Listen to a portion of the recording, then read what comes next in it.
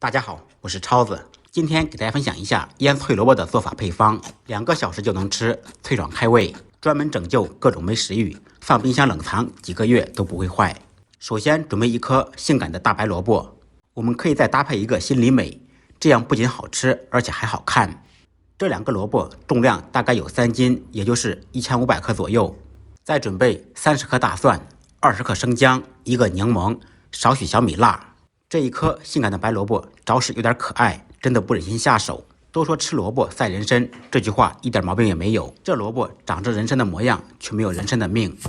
萝卜洗净，切成夹刀片，前2刀先不要切断，伤口深度为萝卜的4/5，第3刀再切断。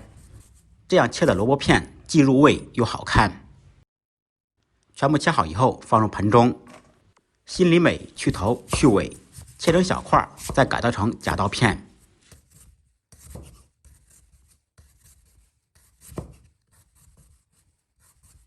切好以后一同放入盆中。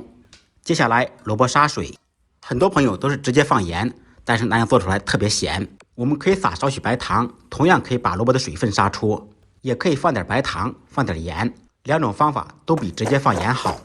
把萝卜轻轻的放匀，腌制半个小时左右。利用腌萝卜的时间，生姜切成薄一点的厚片，大蒜切成厚一点的薄片。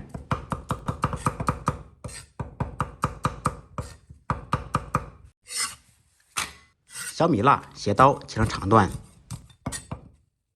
切好以后一同放入碗中备用。柠檬洗净切成薄片，半个就够了。注意柠檬一定要把籽去掉，籽特别苦。然后我们兑料汁，碗中放入200克生抽、50克米醋或者香醋、30克冰糖，糖的多少根据个人口味。再加入100克清水，把调好的料汁倒入没有油的锅中，开大火烧开。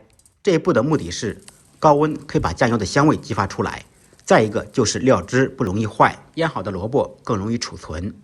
开锅以后关火，把料汁晾凉备用。朋友们这个时候可以尝一下味道适不适合自己的口味，根据个人口味再加盐加糖。25分钟以后，萝卜已经腌出水了，用我干净的小手把萝卜攥干水分，水分一定要攥干，否则会稀释调料的味道，做出来水尿巴汤的不好吃。放入切好的蒜片、姜片、小米辣、柠檬片，家里面有泡野山椒的可以放2-3个增加风味。倒入调好晾凉的无情料汁，再放入1点高度白酒。放白酒不仅可以增香，还可以杀菌易储存。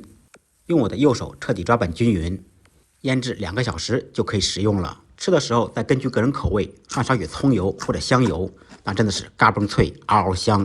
腌好的萝卜密封好，放到冰箱冷藏，放几个月都不会坏，酸辣脆爽，开胃下饭。最后别忘了动动您发财的小手，给超子点个关注，点个赞。再忙再累，记得按时吃饭。下期视频见，拜拜。